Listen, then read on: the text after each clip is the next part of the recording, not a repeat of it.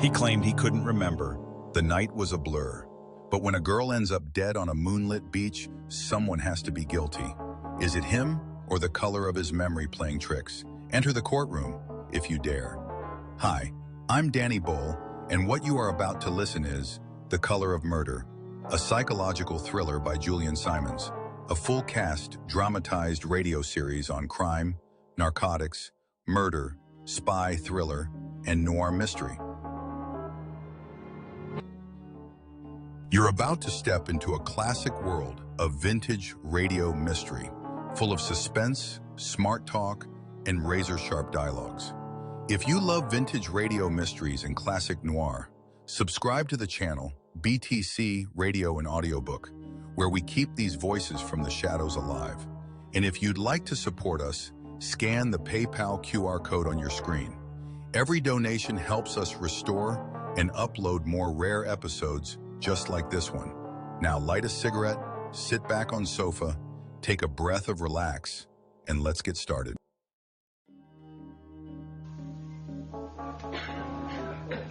On this day, the 25th of August, 1955, the Crown versus John Wilkins, Mr. Justice Morland presiding. The court will rise.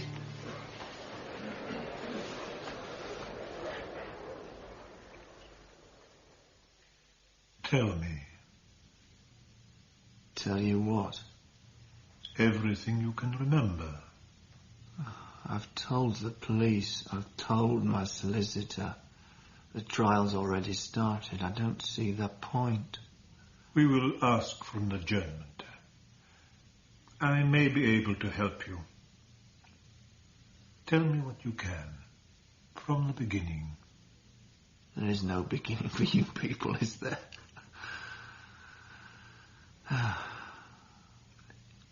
April. One Wednesday evening in April, shortly after the clocks had changed. It was still sunny when I came home from work, and I was feeling quite cheerful. May? May? On the couch. I just got off. Why are the curtains closed? A migraine. One of my migraines. Oh, I see. That's a shame. A shame for me or a shame for your mother? There's no need to say that. I'm sure Mother will be disappointed if you feel you're not up to it. In 7 years of marriage, we've been round to your mother's for dinner almost every Wednesday night. Anyway, there's corned beef and potato salad in the kitchenette. All right. Would you like some? I couldn't eat a thing.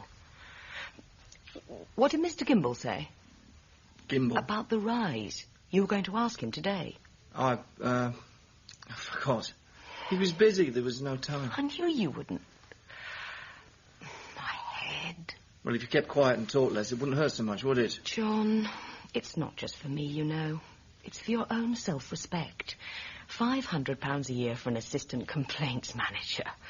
Patricia Lauman's husband earns $700, and he's no more than a glorified bank clerk. I'll fetch you some aspirin. I've already taken 2. The Tateworthys have asked us round to a television party on Saturday.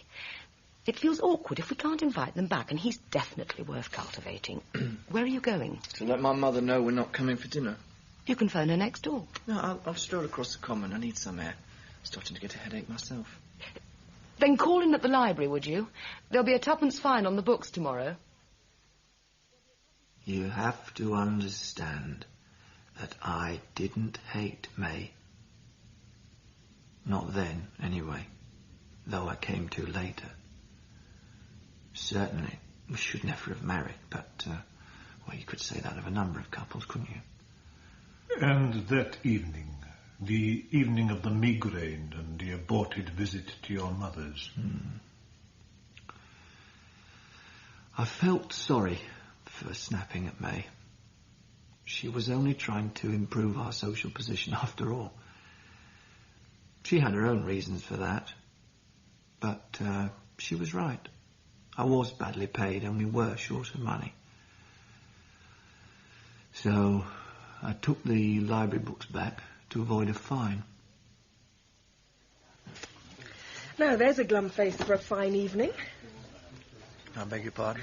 Someone in your household's a heavy reader? Oh, we both are, quite. Somerset Maugham. I'm sure that's you, isn't it? You look rather a Somerset Maugham type. Do I? You're new here, aren't you? Started last week. Now, Moira Malevolent, I don't believe is your taste. Yes, you're right. And another. Your wife must be keen on romantic fiction. Oh, it's not my wife.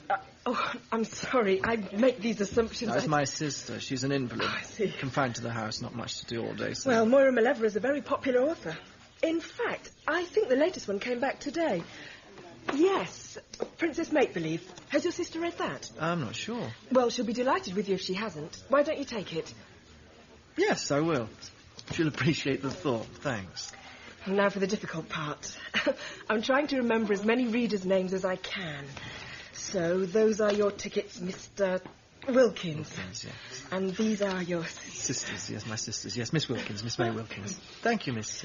Morton. Sheila Morton. Thank you, Miss Morton. You've been very helpful indeed. Why did I do that? Why did I say May was my sister instead of my wife? I don't know.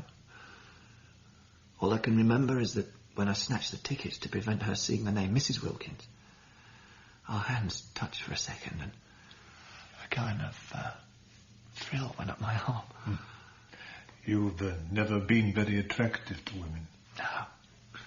I don't think it's bad breath or anything like that. My mother always said how good-looking I was when I was a boy. I just get nervous with women, that's all. And when you eventually did go to your mother's for dinner? Yeah, it was the Friday. May had been to a meeting of the town's Women and Housewives Guild on the Thursday, so she couldn't pretend she still had a headache. And being the last day of the week, my spirits were up again at work, at least until mid-afternoon. Wilkins. Mr. Gimble. I've been looking all over for you. I want a word. Certainly, sir. Should I come to your office? No time for that now. I'm worried about you, Wilkins. Very worried. Are you overworked? Overworked? I don't think so, sir. Not feeling the strain in any way? No, sir. I see. Then what do you call these? These are... No time to read them now. I'll tell you, Wilkins. They're letters of complaint. Unanswered letters of complaint. I see, sir. You do you? No, that is... I mean, I haven't set eyes on them before. Really? Despite their being date-stamped upon receipt?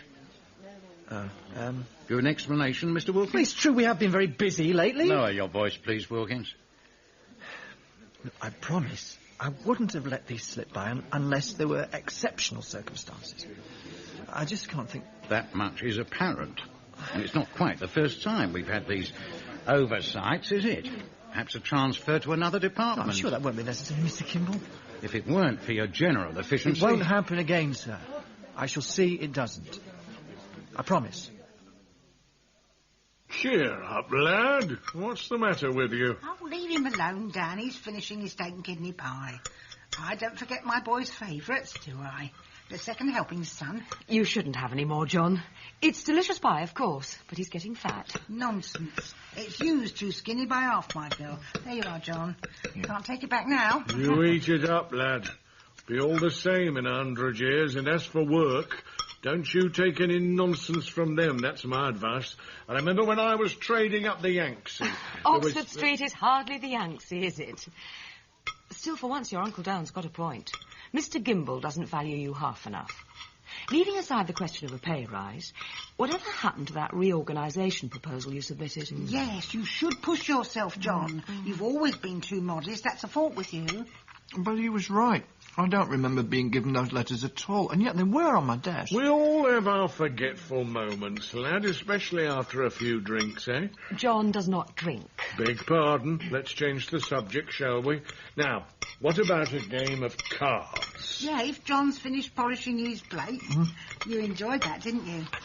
Don't get it very often, eh? Or the steak and kidney pie. Well, we're going to play sevens. No. We'll have a change.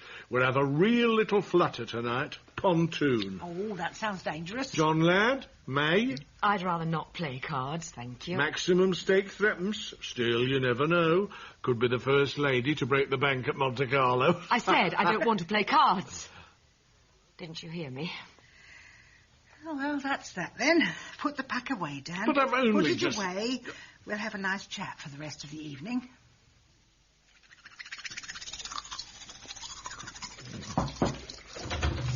What do you want? To get undressed, if you don't mind. You could get undressed in the bedroom with me. You upset Mother, you realise that? I upset her? Now, you know she likes a game of cards after dinner. You're quite happy to play bridge at the town's women's guild. Bridge is a proper card game. Oh, don't be so bloody snobbish. There's a difference between snobbery and standards. Your vulgar old uncle with his dirty jokes. Doesn't get it very often. Well, do I? Do I get it very often? Don't start with that sort of talk. It's nothing better than common. Common? It's natural, that's what it is. Besides, common sounds well coming from you. What do you mean? Just because my father was a workman? A street bookie when he wasn't drunk or in prison. That's a terrible thing to say. I've made a good home for you and you're ashamed of me. I'm not ashamed of you. I'm ashamed of your pretensions. Your family's always been against me. They've no right. They've come down in the world. May, it's not important. Just because they used to have a house in Kincaid Square. I was a fool. My father may be no better than he should be, but what about yours? Squandered everything he had. That's enough. And your mother. I took her little baby boy away, didn't I? The boy she used to cook steak and kidney puddings for. Stop it. You know what your problem is? She's jealous of me, doesn't want any other woman going near you. Shut up! How could you do that? The truth is, I don't know. I don't think I'm a violent person, Dr. Andriadis. It's just that sometimes I don't seem to know what I'm doing. And these blackouts? No, I don't know if that's what you call them. You received those letters, and yet you had no recollection of them. That's a limited form of amnesia. You never sought treatment for it. No. Mr. Wilkins, I think you want to be helpful, but we have very little time. We cannot delay the trial any longer. Unless we can delve deeper into the truth, the matter will be taken out of our hands. I loved her, you see. I'm sorry. Sheila Morton. I loved her from the first time I saw her in the library. I couldn't forget about her. I had to get to know her. There's nothing else I could do. Hello again. Hello. You're certainly going through English literature at a rate of knots, Mr. Wilkins. And none of these are your sisters, I can tell. L.P. Hartley. Now, I like L.P. Hartley. Yes, I thought you would. Oh, it's sad at the end, though, isn't it? Oh, yes. Yes. Actually, Miss Morton, I was wondering... I've never seen you outside the library. Do you live in Clapham? Yes, north side, facing the common. Not my house, unfortunately. Oh? My father's. There's your ticket. Oh, thanks. It's even stranger I haven't bumped into you. I often stroll over the common for a walk now the days are longer. Or perhaps you don't go out in the evenings. I do if anybody asks me. Really?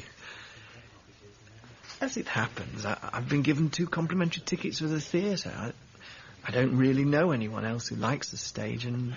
And you imagined I would? Yes. Don't you? I do, as a matter of fact. Which theatre is it? With that French play on at the Duke of York's next Thursday. Can you make it? Oh, I think so. Yes. That's very kind of you. No, not at all. We could eat somewhere first, if you like. But you must have tickets. Thursday, next Thursday. Yes, of course I want them together. 2 together. No, I don't care what price it is. Yes, second row of the stall. Yes, that'll be fine. Yeah, I'll pick them up this evening. Yes, thank you. Oh, Mr. Wilkins, I want a word with you. Oh, yes, Mr. Gimble. I trust there have been no further problems. Now, this scheme of yours for reorganising the complaints department, you gave it to me a few weeks ago. Yes, I remember. That makes a change. Tell me, what made you think of the idea? Well, it seems to me that we're, to some extent, duplicating the work of the service department, and that with a certain amount of streamlining... Streamlining, yes. Now, that's the odd coincidence, you see. Is it? Why? Because that's the very word I used. Of course, there are many differences of detail between my own plan and yours. Very many indeed. Oh, you've had this idea as well? I've been mulling it over for some time, actually. Sent my submission to the board last month. But as an outline, there's a vague similarity to yours. I thought I should mention the fact, in case you thought there'd been any sort of borrowing. borrowing. Of ideas, which of course there couldn't have been, since, as I say, my own scheme was submitted before I saw yours. Nonetheless, there's some good work here, Wilkins, some very good work. You keep that memory of yours under control, you'll go far in this company. Mark my words. May, I asked you a question. And I'm trying to listen to the wireless. Are you going to the Townswomen's Guild next Thursday? Yes, of course I am. I always do. Why? Well, it's just that I shall be going out that evening as well. Where? Where was? Where will you be going? Well, it's a funny thing. You remember that reorganisation plan I submitted? Gimble wants to talk to me about it. Wants to talk? After work? Yes, well, I thought it peculiar, but... Well, then it must be important. If he wants to talk to you after work, he might even take you out to dinner. Yes. Oh yes, now I come to think of it, he mentioned that. Oh, John, perhaps you'll have to dress up. No, I don't think he'll be formal. He's not that type, Gimble. Why aren't you more excited? If your scheme goes through, it could mean promotion, couldn't it? Well, no, I don't think we should raise our hopes. I mean, it could mean anything at all. At the moment, it's just a dinner and perhaps a few drinks afterwards. But you won't drink anything, will you? Promise me you won't, John. You know it does you no good. I promise. And don't tell your mother about this. Not till it's over, anyway. You always tell her everything. Next Thursday. I can hardly wait. Ladies and gentlemen of the jury, that there has been committed a most brutal murder, no one is in any doubt. The evidence which I, on behalf of the Crown, will present to you, all channels towards a single, dreadful, inescapable fact. One man had both the motive and the opportunity for the crime. One man is implicated by all the positive proof which the Sussex Constabulary have unearthed. That man is the prisoner in the dock before you, John Wilkins. Well, we've always lived in Clapham. Used to have a house in Kincaid Square. Now, that is grand. Well, that was when my father was alive. He had his own business, but in the end, well, he let it run down, rather. I think he was something of a dreamer. Would you like a pudding? Do we have time? Should do. The play starts at 7:30, I think. It'll be on the tickets. Yes, 7:30. The service is a bit slow here, though, isn't it? Perhaps we oughtn't to take a chance. OK, well, I'll ask for the bill. Excuse me, can I have the bill? Now then, what about you? Oh, mine isn't much of a family, really. Just me and my father. I really don't have any other relatives. Oh, apart from my cousin Bill, who's up in Birmingham. He's doing some kind of engineering job. Bill Morton? No, Bill Lonergan. Excuse me. Can we have the bill, please? Thank you. I used to be at school with a Bill Lonergan. That would be the one. Yes. He lived down here till a couple of years ago. He was a kind of elder brother to me when I was a kid. A bit mad, but sweet with it. Terrible temper. Yes, we were on the cricket team together. He couldn't bear to lose. That was Bill. Here you are, sir. Thank you. Look here, let's go Dutch on this. No, I wouldn't dream of it. You should, you know. Because those tickets weren't complimentaries, were they? I noticed when you took them out.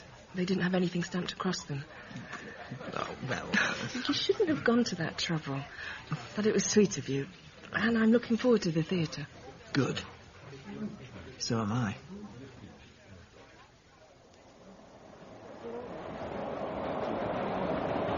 Did you enjoy it?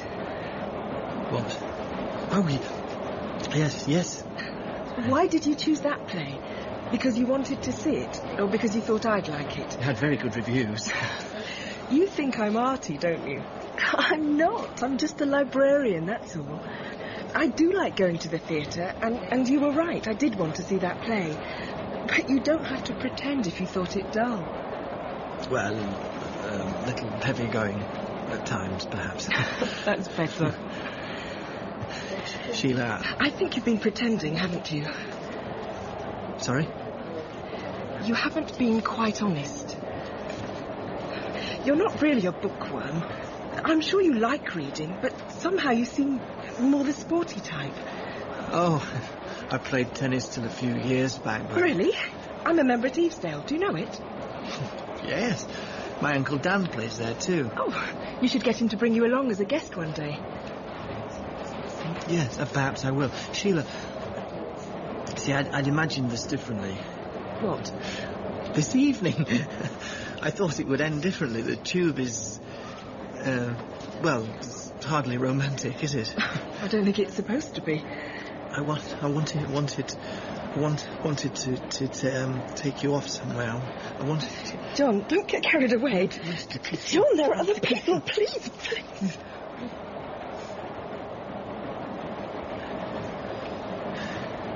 God, I'm sorry. That's all right. I made a fool of myself, haven't I? No, you haven't. It's been a lovely evening, really. But perhaps we won't do it again.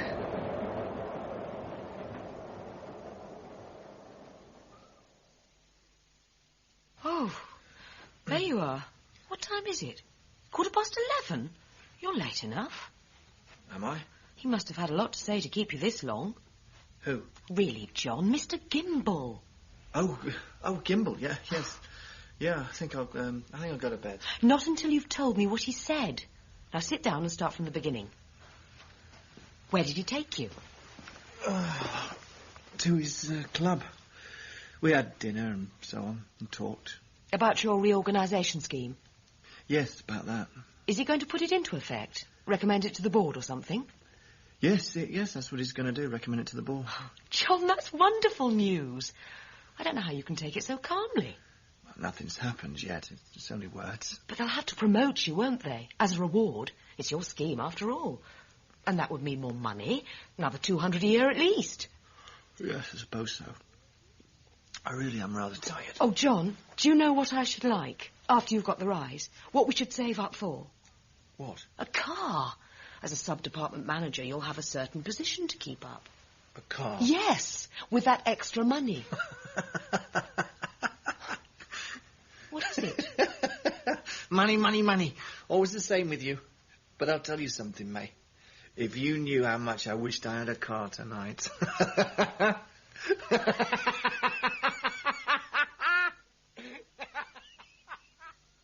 It was in the army. That's where the blackout started. The war ended while I was still in training, but I was determined to do well all the same. After I'd been in about 3 months, I was ragged one night in the barrack room. For some reason, everyone turned on me, calling me a crawler and so on. It seemed so unfair. I only wanted to be a good soldier. Anyway, I lashed out. Pretty wildly, I suppose, because I put a couple of them on the floor before they all piled on top of me. I won't say what happened after that. It was sick, and it was humiliating. A couple of days later, I had my first blackout. I got a pass into town, went to a pub on my own and had a few drinks. Didn't get back to camp till 3 in the morning with no idea where I'd been. They gave me 7 days CB for that. And you've had blackouts since? Occasionally, if I drink too much. I tried to be careful. Then... What happens next in the trial? Won't my barrister see me? It's not usual. He's briefed by your solicitor and by me, but he's very good, Magnus Newton. He has a very high reputation. I know. I asked for him especially. When will he speak? He will open your defence tomorrow. He's a clever man, very good with witnesses. You have an excellent chance with him. I don't care. I only want to see justice done. Tell me something more. Tell me about the next time you saw Sheila Morton. It was at the tennis club, Eavesdale. A few days after the theatre, I decided there was no reason why I shouldn't join. I'd played tennis rather well, and I had Uncle Dan to put me up. See that McKenna case in the papers? No. Darky bus conductor did away with his wife. Hardly blame him. Sunniest looking face he's got.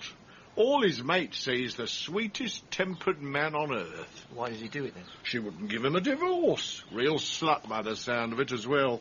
White girl, always drinking and carrying on and telling him he was a dirty nigger and lucky to be allowed in the country. Fascinating case. Yes, sounds it. You're itching to get a game, aren't you? Come on, there's a court free. Don't suppose there'll be much competition No, for wait a you, minute. but... There's somebody I want to speak to. I don't know, Les. I'd just like to wait a few weeks, that's all. He's your father. Whatever you think best. Excuse me. Yes? I'm sorry to butt in. John! Didn't expect to see you here. Are you a guest? No, in fact, I've joined. Actually, I was about to go on court with my Uncle Dan. How'd you do? Hello. Don't suppose you'd care to join us, would you? What? Us against you two? Well, I was thinking we might swap around. I could play with you, Sheila. You and, seem to have this perhaps- all sorted out. No, well, Yes, whatever. come on, Les, it'll be fun. Make a change to play with someone new, won't it? Long as you can do the running around, young man. Oh, I can do that all right. Well, come on, men, let's get started. I hope you're not too out of practice. Les Jackson is actually pretty good. Don't you worry. Everything's going to be all right. Mine. I've got it. Yes! Good rally, all set. Can we manage another one? I certainly can. Haven't had much to do so far. All right, change ends. But remember, it's not the Davis Cup, won't you, Wilkins?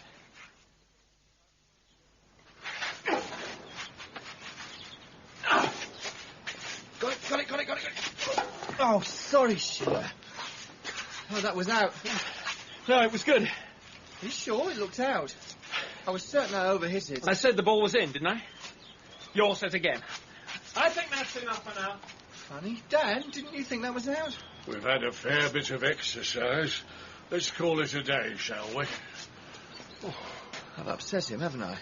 Jackson, he didn't want to play anymore. Thing is, John, we don't normally try quite so hard. What we all need is a drink, eh? I know I do. And maybe that wife of yours will let you put one back for once. See you at the bar. What did he say? Your Uncle Dan? About what? About a wife? Your wife? My... Look, there's not much point trying to impress me on the tennis court, is there, if you're already married?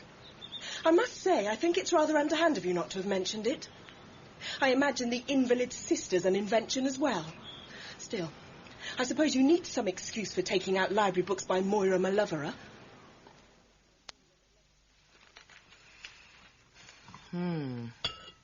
What?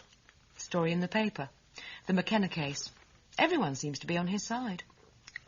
Should have given him the divorce, shouldn't she? He had a young lady, too, one of his own race. And listen to this. For the defence, Magnus Newton QC claimed that McKenna had indulged in no carnal relations with the girl, nor would have done until he had formally separated from his wife. I don't see anything wrong with it. You don't? All right, he shouldn't have murdered her, but it was under severe provocation, wasn't it? And if two people agree they don't love each other anymore, they ought to get a divorce. Sounds like a communistic idea to me. I should never let you go. Wouldn't you? Even if you weren't in love with me? But I am, aren't I? I shall be late for work. And you don't want to get into Mr. Gimbel's bad books. Not now. When's the board going to approve your scheme? Oh, shortly, I should imagine. Then I think we should go round to your mother's tonight and spring it on her. Show her how well you've done for yourself. I might even take a few furnishing catalogues over. She'll be interested to see some of the new decor I've chosen. And it'll make a change from cards. Check. Time's ticking away, boy. Those two are taking a time over the washing up. Or else May really has cornered your mother with those catalogues. Oh, terrible woman, May. You think so? Just an expression. Are you going to move? Yes. I caught up on the McKenna case this morning. Man's a fool. Thought you were on his side. Beating her to death with a rolling pin. That's where he went wrong. Hardly expect to get away with it that way, can you? What would you have done? Make your move. Any number of ways, really. Just so long as it looks like an accident. Falling under a tube train with an attack of vertigo. Non-swimmer out of their depth at the baths. Yachting mishap. Hardly very practical. Is that what you're looking for? Something practical? No, there's no need to make it personal. Oh, isn't there? Come on, Johnny boy. All right, May's a terrible woman. And I dare say it's all too easy to find fault in someone you're living with and attractions in someone you're not. What do you mean by that? I'm not blind, boy. That girl at the tennis club, Sheila Morton, stuck out a mile. You had your eye on her. Did it? I've no doubt she's given you some encouragement. Been around a bit from what I hear. Kid called Bill Lonergan was at school with you. She went out with him for quite a while. Then there was Len Pilkington, plays soccer for Dulwich Hamlet. And as for this Jackson fellow at the tennis club... Time's up. What? The game. Oh. It was checkmate anyway. An awful death, to be sure. A young woman with very likely the best of her life still before her, bludgeoned to death in a frenzied attack. That much is agreed upon. We do not have the murder weapon, but it was probably a large stone. We have no idea what she was doing on the beach at that time of night, but we do know that her clothes were torn and there were scratches on the inside of her legs, indicating an attempted sexual assault. I see revulsion in your faces, ladies and gentlemen, and rightly so. But difficult as it is, you must clear these emotional reactions from your mind. You are here to decide upon the culprit, upon the killer. You are here to decide whether the man you see before you in the dock, John Wilkins, was really capable of this frightful murder, or whether, as we, the defense, maintain, it was committed by person or persons unknown. Justice? Men dressed up in wigs and robes? Is that how they discover the truth? They must find it, mustn't they? But how will they? If I don't know whether I killed her, how can they? Try and remember. Try and remember all you can.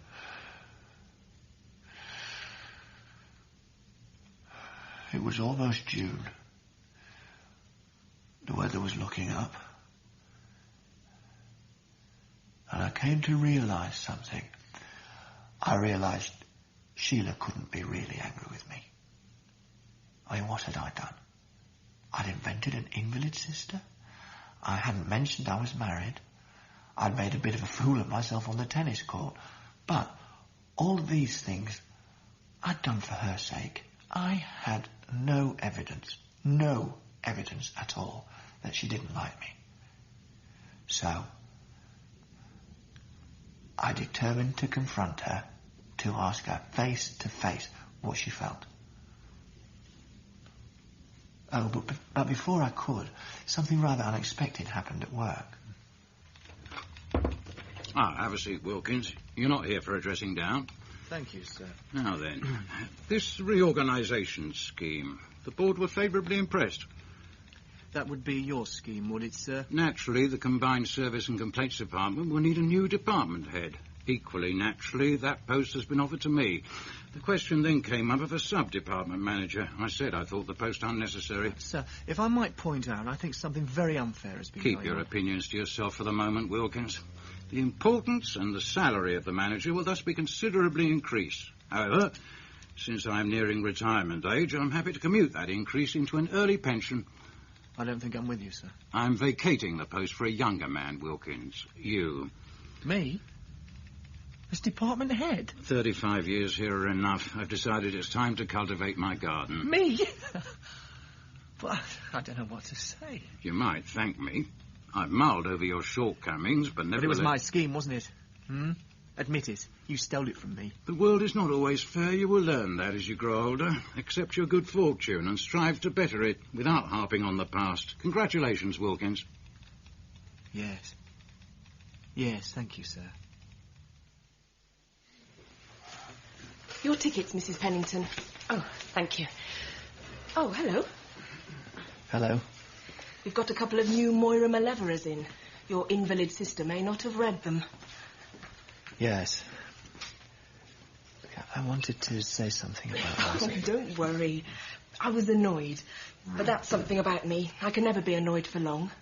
So if you do want the Moira Malevolous, they're over here. No, You're looking very happy about something. I am, rather. I've just fixed up our summer holiday, Daddy's and mine.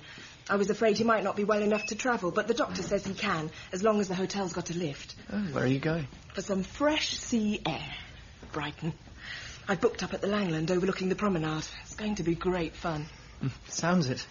Only snag is, it's the first 2 weeks of June, so it won't be terribly hot. I love to sunbathe, don't you? Yes, I do. Won't you be lonely, though? Oh, I expect I shall find something to occupy the time, shan't I? Oh, people waiting. Must go. See you at the tennis club one of these days. Bye for now. It was all coming together, wasn't it? The promotion at work and the invitation from Sheila, because it was an invitation. I'm sure of it. Why else would she have told me where she was going? Even down to the hotel. She wanted me there to keep her company. All I had to do was fix it with May.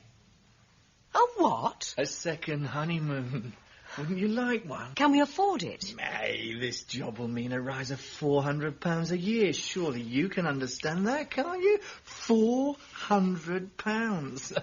We should have a drink to celebrate. No, John, you know it does you no good. Will they let you take the time off? So long as it's before my appointment comes through, yes. Say, first 2 weeks of June. But it's nearly June now. It's finer, remember, in June and September. That's what the railway adverts say. And Brighton will be less crowded. Brighton? We had our first honeymoon there, didn't we?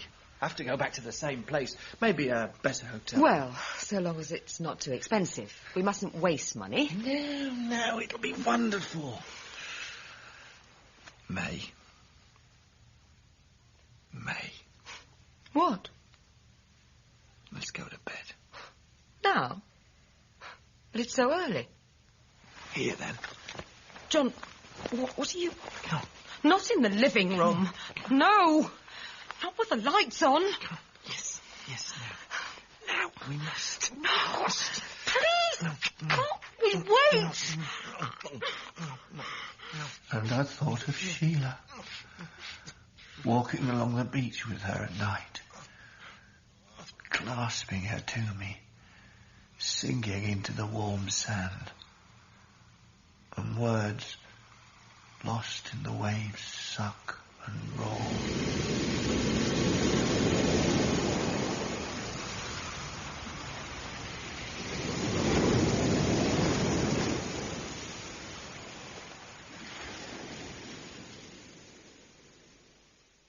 Now then, Dr. Andreades, how does he feel it's going? That is not one of the questions I've asked him. Early days, anyway. I should say that everything you've got from him so far is quite remarkable. You've obviously established a great imaginative sympathy with Wilkins. Thank you. I believe it is a relief for him to talk. Yes. And, of course, that's why you as a psychoanalyst were brought in. But at the same time, the very completeness of these confidences presents those of us responsible for his defense with a problem. What kind of a witness do you think Wilkins would make? Hard to say. He is of average intelligence, according to his IQ, a little slow, and yet there is an impression of honesty, or at least a great endeavour to be honest. But can I put him in the witness box? Will he stand up to cross-examination? I don't think I can offer a useful opinion. I can say only that at times he is easily confused. Let me put it more clearly. If he goes into the box and says some of the things he's said already, he'll damage his own case. But if he doesn't go into the box, that will also be damaging. Mr. Newton, you do not concern yourself with truth, only with winning the case. I am not concerned with the legal battle, only with John Wilkins' mental health. All right, then. What about insanity? Insanity? You've been talking to him for days, man. Is he sane or not? He suffers from a conviction of inferiority plus a degree of sexual repression and finds compensation for his maladjustment in creating fantasies. There are also some psychotic symptoms indicating a potential for violence. Dr. Andreades, psychological analysis does not impress juries and can be torn to pieces by any good cross-examiner.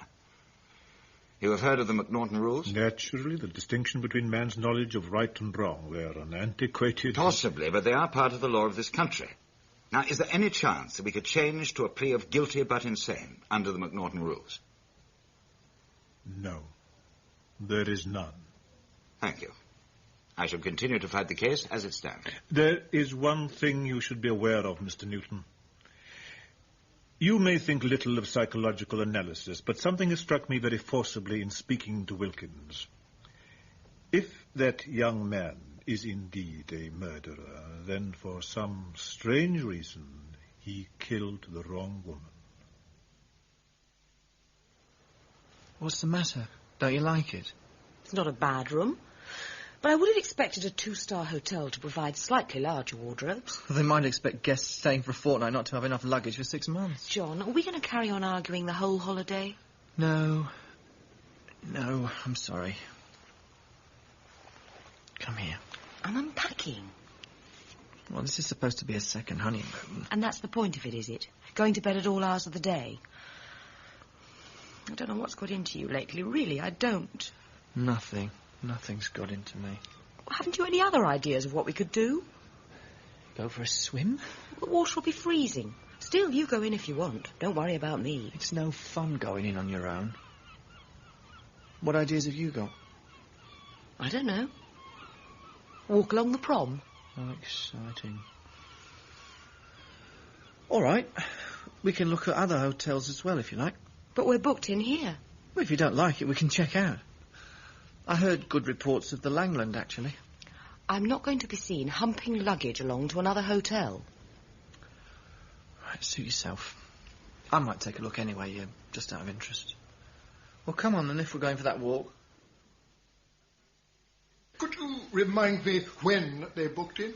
On the 2nd of June, sir. That was a Saturday. Yes. Now, tell me, Mr. Shaddock, as a hall porter, you must be a fairly keen observer of human life. Guests coming and going. I like to think I have a keen eye, sir. Good. So, what was your impression of this couple, Mr. and Mrs. Wilkins? Were they close? Were they... Oh, I wouldn't have said that, sir.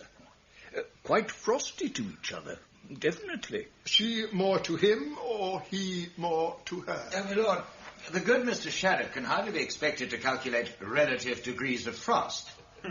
He's not a meteorologist. If you could make your objection slightly less colourful, Mr. Newton. Nevertheless, you have a point.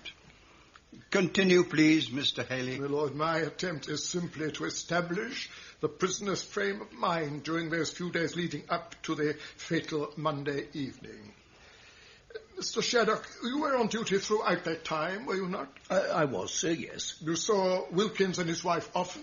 When they came down to breakfast, also lunch and dinner. And could you recount any snatches of conversation that you may, by chance, have overheard? Well, I can, sir, as a matter of fact.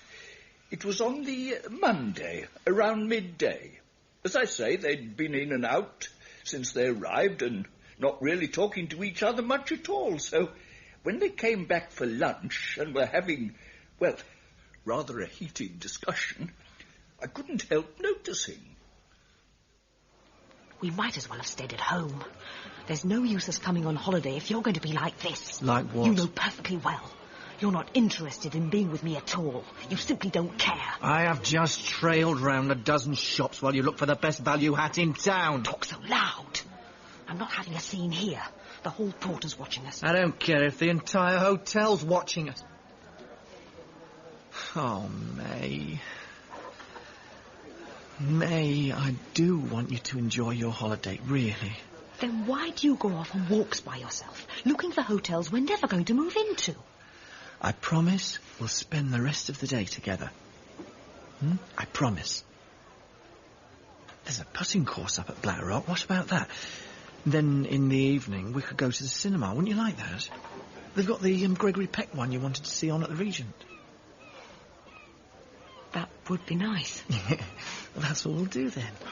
Now, why don't we go into the dining room where there's one of those corner tables left? Hello there, my pair of lovebirds. Uncle Dan. As ever was. May, What are you doing here? What am I doing here? I have descended from the capital in the spirit of good fellowship and hospitality, which will not be quenched by the looks that suggest I have crawled out of the woodwork. In short, to invite you to lunch. But we have a meal here. I also happen to know a little bar. You always know everywhere. Come on, May, it'll be fun. Let's go.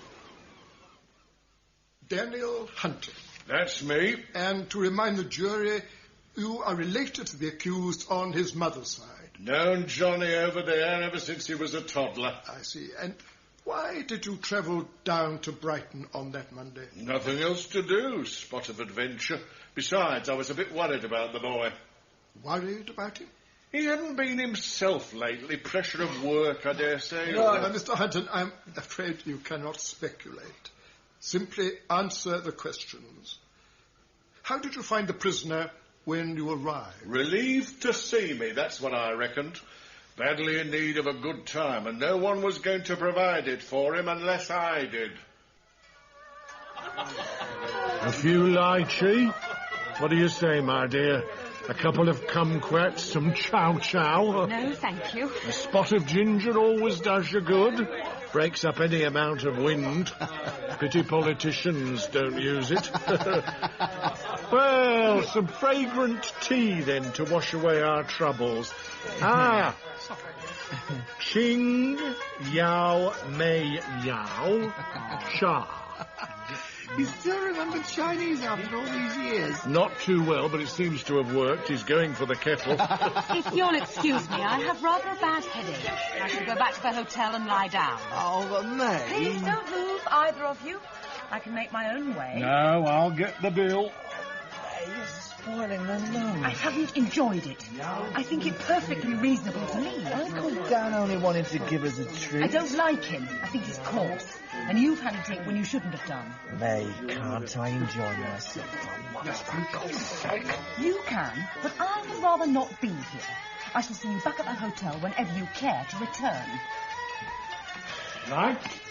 They're bringing it. Oh, is she away? She wanted a rest. We're going to the cinema this evening. Then we've got time for a couple of shots of the Pope's phone number. That's 69, twice, please. One day you'll say that to a Catholic, and he won't like it. Oh, all the Catholics I've ever met are men who can take a joke. Cigar? No, thanks. I will. You know, I'm not surprised you want to murder May. I want to what? Oh, the McKenna case and all that. Chap Newton got him off with manslaughter. Did you read that? Anyway, I realise you don't really mean to do away with her, but, Oh, yes, thank you. Question of divorce, is it? She won't give me one. Not that I've asked, but she won't. Down the hatch. Now, put that down you, and we'll go in search of an honest beer. I can see they've had enough of us here. A beer? Oh, perhaps not just yet, if you don't mind. Oh, whenever you're ready. Are you feeling all right? Yeah, I'm fine. But I'll just have to have a walk, think things out. We'll meet later on, all right? Right you are, my boy. 6:30 in the Admiral Nelson West Street. That'll give you time for the cinema. The cinema? Oh, yeah. And you work at the Langland Hotel, is that right? That's correct. I'm on the reception there. And did the prisoner come into the Langland that evening? Yes, he did. And what was his manner? Was he at all nervous? No, it wasn't. He seemed quite confident. No, at the same time, I would have said he'd been drinking. One moment, please. Can you explain why you thought that? Well, Your Honour, it wasn't just that he smelled a drink. He did, though. It was the look in his eye. It was steady enough, but sort of unfocused. Thank you. Carry on. Well, it was shortly after 5:30 at this time. The pubs had only just opened, so I reckon he'd had a good lunch. Anyway, he asked for Sheila Morton, and as I'd been given a message saying she was expecting a gentleman, I let him go straight up. Yes? Who is it, Bill? Is it Les? How would I know? I've never set eyes on him. No, But I do know you, though. You're John Wilkins. We were at school together. Bill Lonergan. Yes. Oh, yes, of course. Yeah, I remember. Close the door. Draft. You better come in. Look, I'm sorry. I didn't... Doing here? Well, I was told in the hall to come up. They must have thought you were somebody else. My father's ill, well, you can see. The doctor said he must be spared any excitement. It's his heart. Yes, I'm really sorry. Who is it, Sheila? A visitor. Someone called John Wilkins. John Wilkins? I used to know it's Geoffrey Wilkins in Clapham. Yeah, I guess that was my father. Businessman, wasn't he? That's how we knew each other. Father, I think you should rest. Rest? Then why couldn't I have stayed in London?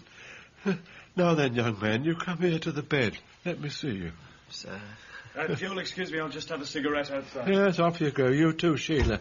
Leave me to talk over old times with young Jim here. John. If I'm going to die, I might as well die reminiscing. Father? Off you go. I'll call you if I need you.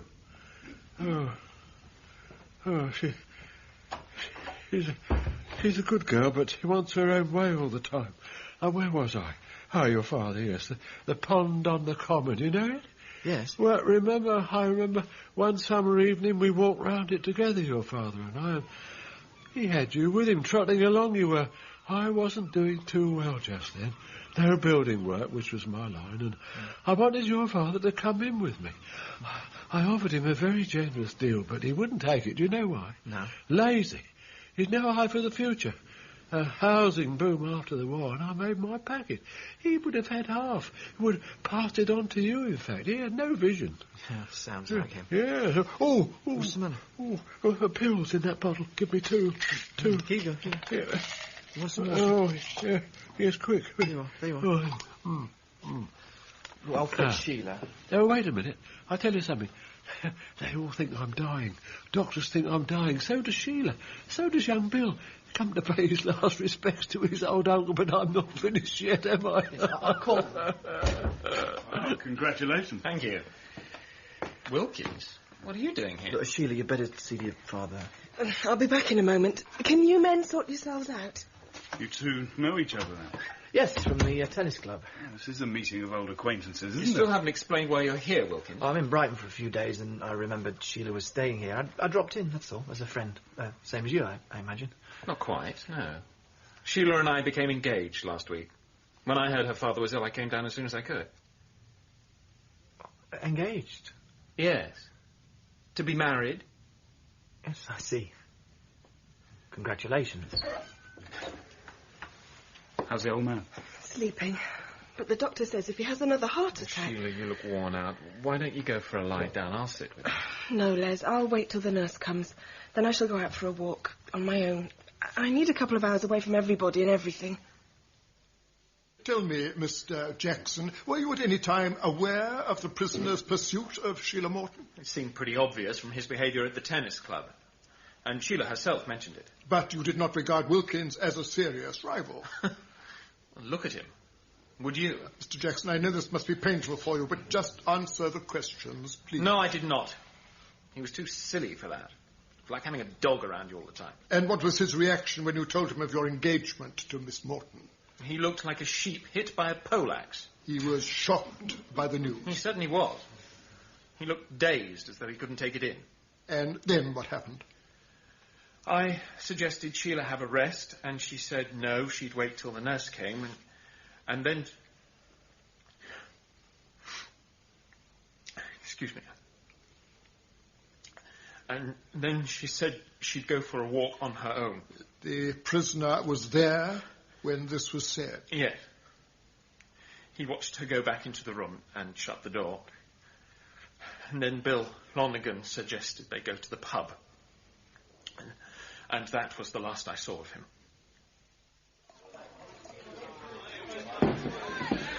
It's funny seeing you after all these years, and in these circumstances. I remember you from school, though. You were pretty good at cricket. So were you. That's right. You look really done in, actually. Nah, just tired, that's all. Sink that whiskey, that'll brace you up. I tell you, though, all this is pretty rough on Sheila, poor kid. Or what? The state of the old man. He won't last more than a couple of days. That's why she sent for me. I see. Do you want another one? Thanks. You're down here on holiday, is that it? Yes, excuse me. Whiskey and a pint of bitter, please. With wife? Oh, aren't you married? Yes, I am. She's here. Haven't got hitched yet myself. Would you recommend it? Depends on the partner, doesn't it? Cheers. Cheers. I think you're keen on Sheila, aren't you? The way you looked when you heard she was engaged to Jackson. Don't like his type, is that it? He's not good enough for her, that's all. Yes, you really are sweet on Sheila, I can tell. Does she know you're married? Yes. Well, that is, she discovered it after we'd been out together a few times. Been out together? I think that was right. Not to tell her. Well, it seemed the kindest thing under the circumstances. Well, what circumstances? She'd become so mad about me.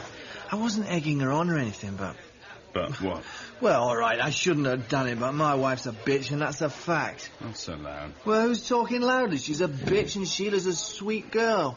As you say, nothing I could do if she wouldn't keep away from me. I think you should get back to your wife. I've just told you, haven't I? I don't want to. One for the road? No, thanks. Oh, yeah, what's the matter? Can't you hold it? We can drink a toast. She's Sheila, a fine girl, and I'm sorry I had to disappoint her. Why don't you just shut up and go back to your hotel? I'm leaving. Yeah, whatever you like. Fancy another one myself. Yes, please. Yes, over here. And that was what Wilkins said to you in the pub? Pretty much, so far as I can remember. Thank you. No further questions, my lord? Mr. Newton? Thank you, my lord. Mr. Lonergan, you too were engaged to Sheila Morton at one time. Isn't that correct? In a casual sort of way. We were very young. And so the prisoner's excitement may have been caused by nothing more than coming face to face with another rival. It may quite easily have subsided after you left the pub. That's possible, I suppose. He didn't manifest any signs of violence while you were with him? No, he didn't. Or seem at all angry with Sheila? No. He did not, in short, display the behaviour of one who would, later that night, go out and bludgeon her to death? No. Thank you, Mr. Lonergan. But what? I'm sorry? What signs would there be? He was going out of control. He could have done anything. He's a madman. My lord, may I point out... Silence! Silence! The court will be adjourned until Monday morning. Doesn't look good, does it? He'll get off. He's innocent. He's my son. He's innocent, and he'll get off. Of course he will, Flo. It's just the evidence. Then we need new evidence. Well, easily said, old duck, easily said. But if Johnny himself can't remember what he was doing between 6 and 12 that evening, well, I walked over half of Brighton between pubs and I didn't see him. Well, someone must know. Someone must have met him. Everyone wants to prove him guilty. He's only got us. Us and May. May? What's she done since the trial opened? She hasn't even visited him. I'll give her a piece of my mind. Best not, Flo. Won't help matters. Well, it'll help me. And what about you? What are you going to do? Me? Well, if you only walked over half of Brighton, why don't you walk over the other half? See what you can turn up. It's pretty late in the day. Trail's gone a bit cold. But he's innocent, Dan. If we don't prove it, no one else will. Have a drink. Whiskey? Sherry? Thank you. A small sherry. Look, Doctor, I owe you an apology. I was pretty sharp with you last time we met about the plea of insanity and so on. It was nothing. This case puts me on edge. Why? Here we are. Thank you. Maybe it's because Wilkins asked for me personally after the result I got on the McKenna case. And you don't feel you will achieve the same success here? Look at the facts. Man comes back to his hotel room, doesn't know where he's been all night, blood on his clothes, and he's seen staggering off the beach. Then, as if that's not enough, what's the first thing he tells the police when they come to pick him up? I'd never have killed Sheila Morton if I'd known what I was doing. That is what he believes. That is part of his honesty. Let me tell you something. I don't think Wilkins asked you to defend him because of your success with McKenna. He asked for you because of your empathy with McKenna. I don't understand. McKenna was a Negro, a killer, and possibly an adulterer. Yet because of your handling of the case, The public was on his side. McKenna was provoked by his wife beyond endurance. And that, I'm sure, is how Wilkins sees himself. If you put his wife on the stand... It will be an admission of defeat. At the same time, I shall have to call her sooner or later. She's his only alibi for returning to the hotel at all. But I need to call a couple of other witnesses first. Well, the girl's father harbours no grudge towards Wilkins for some reason. Old Morton. Yeah, but he's a touch gaga. Unlikely to impress a jury. And Wilkins himself? I still haven't decided. Do you believe he really can't remember about that evening? Oh, yes, he's a builder of fantasies, but he is not capable of such conscious deceit. But he's got to remember. That amnesia stuff's no good for a jury. Look, would you go and see him again? Just try and make him talk. I'd feel a lot happier. Very well. But remember, Mr. Newton, the clue to Wilkins is his underlying honesty. He made a feeble attempt to deceive his wife and attract Sheila Morton, but now he is saying, I do not know whether I committed this crime or not. If I did, then I must be punished. First time you've ever visited here in all the years we've been married. I'm never at ease in a flat. It's not what I call a real home. Is that what you came to tell me? Would you mind switching that thing off? Thank you. Thank you. I didn't come to tell you anything. I came to ask you something. Oh? A favour. If you're called as a witness, I want you to tell the truth. That's exactly what I intend to do. No, not the truth as you see it. The truth from John's point of view. You must do what you can to help him. He's your husband, May. Not for long. What do you mean? I mean not for long. You're so worried about your precious son. You've no idea how it feels to be the wife of a murderer. But he's not. You must stand by him. I'll wait till the case is over, that's as fair as I can be. But afterwards I'm going to change my name. I'm going to leave London and I'll find a job in a town where nobody knows me. Because do you know what your darling son's done to me? Your son who's so keen on his mother's steak and kidney pies. Your beautiful little boy. He's ruined my life. Mr. Farmer, you've just been telling prosecuting counsel how you discovered the body of Sheila Morton. That's right. It was awful. In an awful state. As you said. And how, before finding the body, you saw a man walk up the stone steps from the beach. A man whose face was, and I quote, ghastly pale, and who staggered as though he was ill or drunk. That's correct. And whom you have identified as the prisoner, John Wilkins. Yes, it was him. Now, you were alerted to this man by a remarkable noise. A noise you heard from the beach before he appeared. That's right. It was like the laugh of a hyena when it has some prey at its mercy.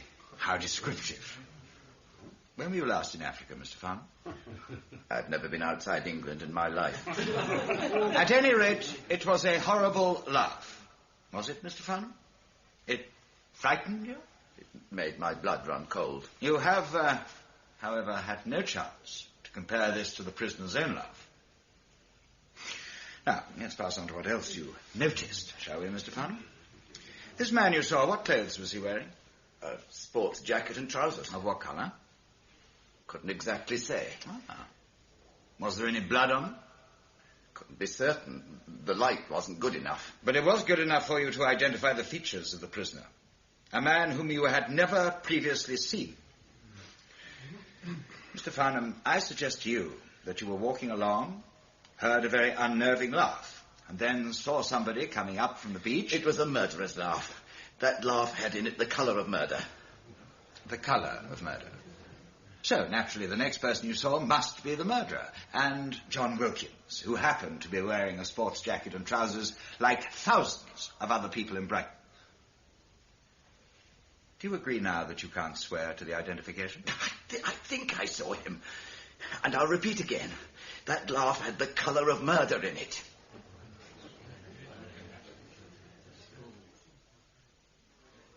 Look, Squire, the police have asked me all this. But I'm not the police, am I? So you say. True, you don't look like the police, and God knows you see enough of them from this side of the bar. Never when you need 'em, mind. Then he was in here, John Wilkins. Oh, yeah, talking too loud, kicking up a stink, that's why I remember him. This being a respectable pub. Naturally, what are you implying? Nothing special, just those young ladies up the far end of the bar. Would they be the reason you see too much of the police in here? Now, you listen to me, whoever you are. I'd as soon have you out the door. All right, keep your air on. I'm a man of the world. My nephew isn't, though. Like I told the police, I didn't see him leave. Which implies he went quiet at some point. Maybe talking to someone he wanted to impress. My boy's life's at stake, you realise that? If he did go off with one of those women... How much is your boy's life worth? Are you talking about money? That's the other problem with the police, you see. They want all their information for free. Wilkins? John, are you listening? Are you with me? Are you eating in here? You've lost weight. Have you noticed? What? In court,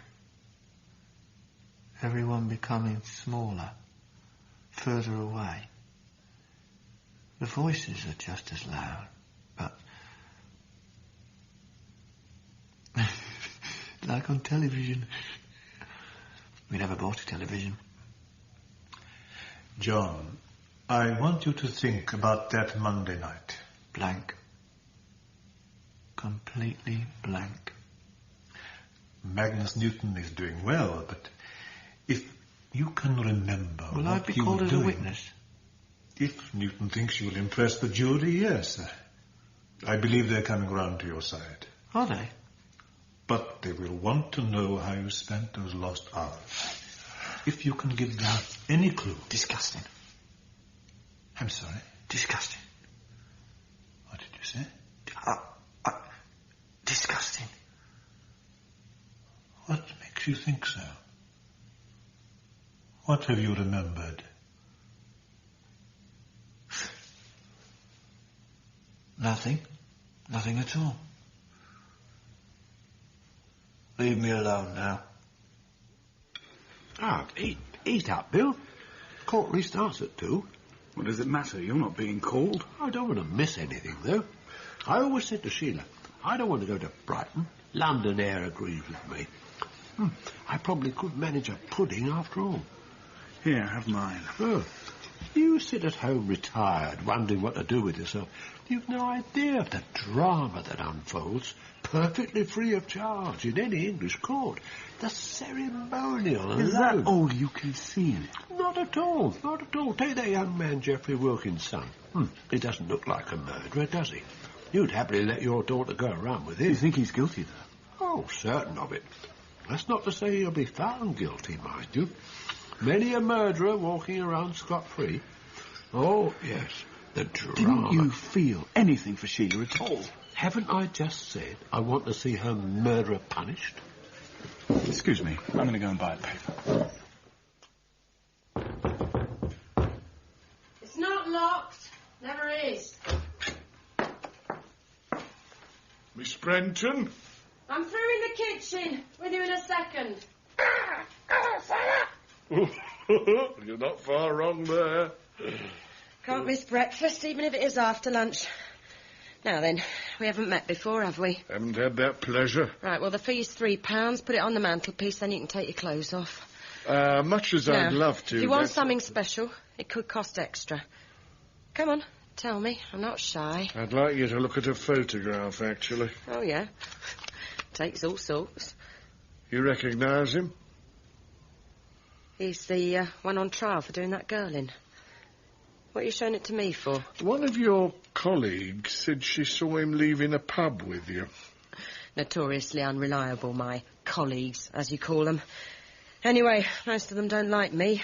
I'm too much of the businesswoman for them. If you did meet John Wilkins, if you were prepared to admit it, there might be some sort of reward in it for you. Really? A £5, would it be? I make 30 quid a week here. Look at this. Here, fresh linen every day. Did you meet John Wilkins that night? Look, I'll tell you something, whatever your name is, and I can tell you're not a copper. Sex is a career, like any other. I'm 33 now, and I shall retire when I'm 40.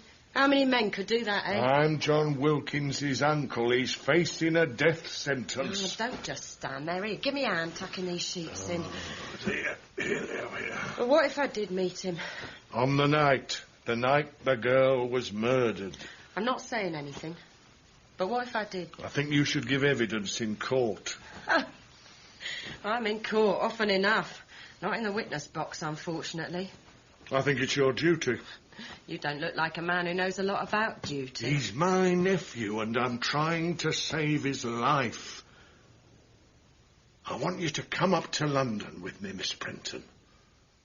And finally, did you notice any change in your husband's attitude towards you over the last few months? Yes, I did.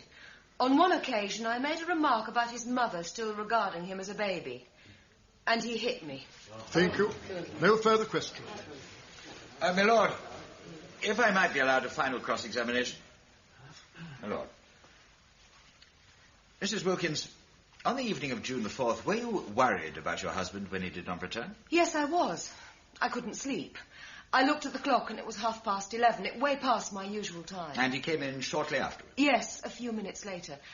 I asked him where he'd been and what he'd been doing, but he seemed dazed and unable to reply. His breath smelt of drink. Did you speak to him sharply? I did, and why shouldn't I? I'd suffered enough from him on that holiday. Then he said he must wash his hands, and I noticed there was blood on them. I asked him where it had come from, and he said, mind your own damn business. Now, to clear up a matter of scientific fact, this blood, which was also on the prisoner's jacket, was of an extremely common group, a group shared by both the victim and John Wilkins. Now, the prosecution have suggested that the blood was Sheila Morton's. It is, however, equally possible that it belonged to Wilkins himself. Your husband did he not, have a cut on his thumb? Yes, he did. But it wasn't a large cut, and the amount of blood... Did your husband seem perturbed that you'd noticed this blood, Mrs. Wilkins? No. No, he didn't. Nor did he make any attempt to clean it off his jacket before the police arrived next morning? No. I see. Thank you, Mrs. Wilkins. I don't know what I'm doing here, I'll tell you that for nothing. I hate helping the police. But if Johnny gets off, it's one in the eye for them, isn't it? Maybe that's the reason. Search me. All I know is I shall have to move my business afterwards. You've dealt with her superbly. But I shall have to call him as a witness. Hello? Mr. Newton. Dr. Andriadis, I'd like you to meet Betty Prenton. I think she might be very useful in our case. Now then, Miss Prenton, say there are no misunderstandings. Could you tell us your occupation? I'm a prostitute. And could you tell us, in your own words, how you came to meet John Wilkins? I picked him up in a pub in Brighton. The Diving Bell it was, although he smelt as if he'd been to a couple before that. I felt sorry for him and I took him home with me. For what purpose? For any purpose he felt like. As it happened, all he wanted to do was talk. Told me endlessly about his wife, who he hated, and some silly little flirt he was moon-eyed about. Laid on the bed and cried all the time. All the time? No, not quite. I could see he'd had nothing to eat that evening, so I set out to make him some baked beans on toast. He insisted on helping. Then, as soon as I gave him the tin opener, he gashed his thumb. Did he now? And was there much blood from this gash? There was. A surprising amount. It wasn't a long cut, but it must have been deep. The blood ran down his wrist and onto the sleeve of his jacket. Onto the sleeve of his jacket? You're sure about that? I just told you, didn't I? Anyway, he washed the cut, but it was starting to bleed again when he left. Which was at what time? Just after 11. I had a client coming, and I kicked him out. And that was the last you saw of him? And a damn sight too much as well. And nothing, and got myself into this sort of mess. It doesn't do to feel sorry for people. Thank you, Miss Prenton. Oh, she was a brassy one, my word. I can't wait to read today's report in the papers. Shall we go for a drink? Haven't got time. Anyway, you're not allowed alcohol, are you? Oh, fiddlesticks. That was when Sheila was alive. This heart complaint was all boredom, I reckon. No, I have to go and pack. pack? Why? I've had a letter from my firm. They want me back in Birmingham. Besides, I've given my evidence, nothing to stay for. But Wilkins is going into the box tomorrow. You can't miss that. Uncle, it's not a show. This cat and mouse game, it makes me shudder. And at the centre of it all, poor dead Sheila. Now, look, I'm sorry. Look, there's a train at 8:30 in the morning. I'll catch that, and I'll write to you. So, Mr. Wilkins, you remember drinking with Bill Lonergan at around 6 o'clock in the evening. And what is your next recollection? Waking up next morning in my bedroom at the hotel. And you positively cannot bring to mind any further incident of the evening? No. At 9 o'clock, you were apparently in a public house called the Diving Bell. You do not remember that? No. Later, you went home with a Miss Betty Prenton. Her evidence from this box meant nothing to you? Nothing at all. And returning to the hotel, your hand covered in blood? I remember nothing. I see. I come now to your attitude when you were arrested. You told the police that you would never have hurt Sheila Morton if you had been in your right mind. What did you mean by that? Well, that I had suffered a blackout. I didn't know what I might have done. It was in no sense a confession, then? How could I confess what I couldn't remember? Indeed. Now, this, Mr. Wilkins, is my last question. Think carefully before you answer. Was there any intention in your mind, when you heard of her engagement, of hurting Sheila Morton? Before God, I never meant to harm Sheila. I loved her. Mr. Haley? Lord. Now then, Mr. Wilkins, these blackouts, as you call them, am I right in thinking that a kind of shutter comes down over your mind for a period of time? Yes. And what does your doctor say? I've never been to see a doctor. Never been to see the doctor? How very strange. I assume these blackouts are upsetting, and yet... I knew they were caused through drink. See, I didn't want to see a doctor. Caused through drink? Mr. Wilkins, you remember going to a public house with Bill Lonergan, don't you? Yes, more or less. I will remind you of what you said to him. You said that Les Jackson, her recent fiancée, was not good enough for Sheila Morton, didn't you? I may have done. But her engagement was a shock to you, surely? It was a shock. And what were your feelings towards her when you found out? Were you loving? Angry?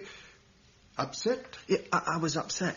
Let me remind you of something else you said to Mr. Lonergan. You claimed that Sheila couldn't keep away from you, that she was so mad about you that you couldn't bring yourself to tell her that you were married. Is that true? We did go out. How often? Once. Once. And yet, it seems to me that you were trying to imply that Sheila Morton was your mistress. Is that not so? I'm not... Whereas, in fact, you had never been intimate with her, had you? Had you? No. Those, ladies and gentlemen of the jury, are the facts. The facts which the prisoner could not bring himself to acknowledge. So he invented a fantasy built on lust, which turned to hatred. A hatred which, before that evening was out, you felt compelled to turn into a hideous sort of reality. Isn't that so, Mr. Wilkins? No. I don't know. Can't...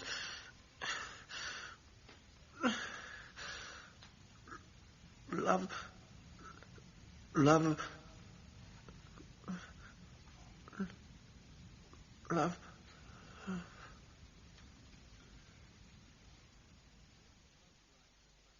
I have already outlined the factors which you will have to take into account in deciding your verdict. The prisoner himself can be of no help to you. He says, quite frankly, "I don't know what I did that night. I leave it to you to find out the truth." In deciding upon that truth, you must always bear in mind that the onus is on the prosecution to prove, beyond reasonable doubt, that John Wilkins was responsible for the murder of Sheila Morton.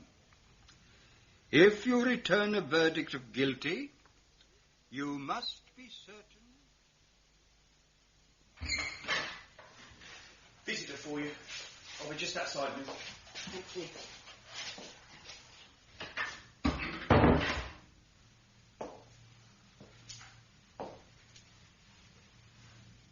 Remember me? No, you don't, do you? Betty Prenton.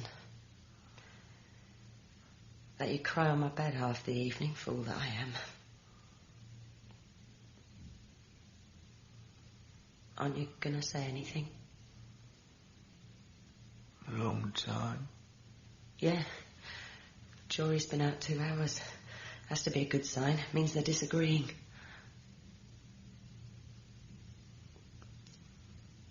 You didn't do it, did you? I can feel it inside. You're innocent. You haven't got murder in you. Oh, I'm going soft again. I don't know what's the matter with me. Ring a message. A what? Message from Sheila. Been a long time. I want to see her. Why won't she come? Where is she? Oh, God. Sheila. Oh, my God.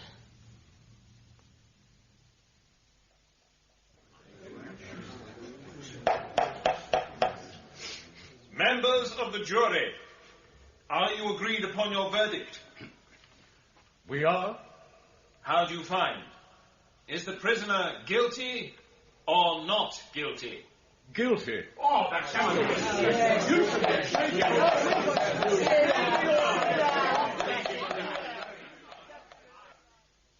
Good of you to come round so soon after your holiday. You're looking well. Well, the Mediterranean climate seemed to agree with me. Ah, yes. I thought you would like to know how Wilkins is progressing. I visited him in Broadmoor several times. His grip on reality is tenuous, but he seems to accept his situation. Perhaps we should have pleaded insanity from the first. But he was not insane, no, not then.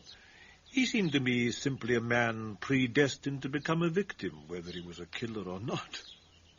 You now believe that he was? I have an open mind. He would not mount an appeal. His family caved in. His wife has left him. And you? Let me tell you a story, Doctor. Something that happened while I was away. We went down to Italy in the car, my wife, my daughter and I. We were touring around, and one night we stayed in a small fishing village called St. Tommaso. Well, I'm not really one for sitting on a beach, and next morning I went for a walk on my own, climbed a hill outside the village, sat down overlooking the sea, and dozed off. I was wakened, it was maybe half an hour later. I was wakened by the most frightful noise. First, I couldn't identify it, and then... Do you remember one of the witnesses in the case, a stupid old man called Farnham? Mm-hmm. Remember the laugh he said he'd heard? It was like that. Nothing earthly. Kind of wail. Go on. I was shivering, felt suddenly cold. I crawled to the edge of the hill, looked over. Below was a little cove, sandy beach, only one person on it. This person, a man, was reading a newspaper, and in a paroxysm of laughter. He was writhing around, almost as if he were having a fit. The cause of it all seemed to be what was in the newspaper. Of course, I couldn't read it at that distance, but when we reached Viareggio that evening, I bought the English papers, which were on sale there a couple of days late. In one of them I found a report that old Morton, Sheila's father, had finally died of a heart attack. And why did you assume the man on the beach was reading an English paper? Because I recognized him. He was Morton's next of kin, Bill Lonergan.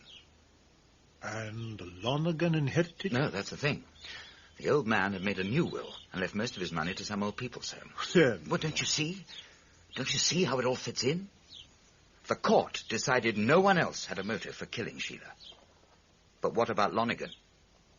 Old Morton was certain to die sooner or later, and Sheila would get his money.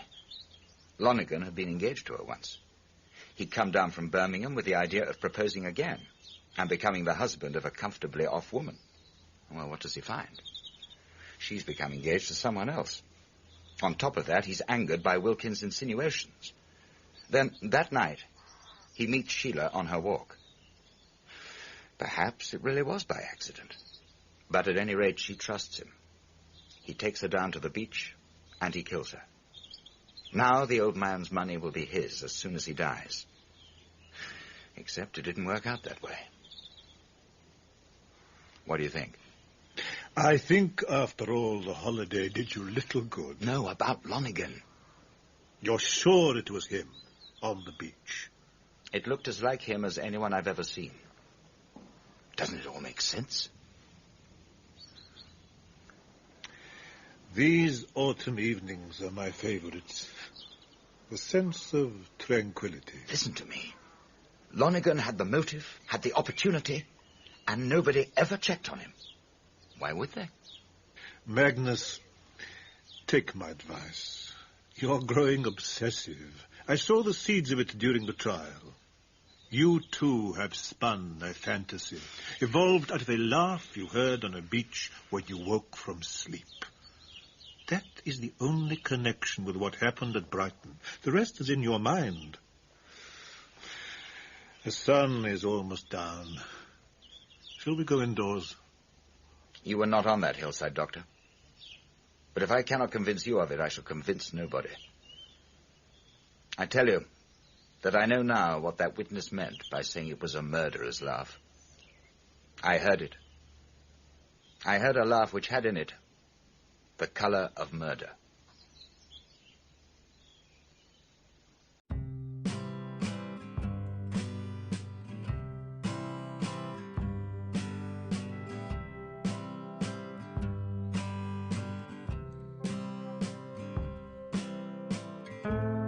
Throughout the week, BTC Radio and Audiobook channel brings you the best adventure mystery dramas on the air. So hear action-packed, fast-moving plots to hold your interest right up to the smashing climax on such thrilling programs as Big Town, Mr. District Attorney, The Big Story, and Dragnet, every week on most of this BTC Radio and Audiobook channel. On Dragnet, you'll hear the documented cases from the Los Angeles police files. The Big Story brings you 2 tales from the front pages of America's newspapers. Mr. District Attorney, the champion of the people, takes you through an exciting episode in the conviction of a criminal. We have series of Philip Marlowe, Pat Novick, Boston Blackie, Nick Carter, and many more. So stay tuned. Do not forget to subscribe to our channel and press the like button. For daily update, click the bell icon for our latest post and new episode uploads. Please not forget to share with your friends and family. And if you'd like to support us, scan the PayPal QR code on your screen. Every donation helps us restore and upload more rare episodes just like this one.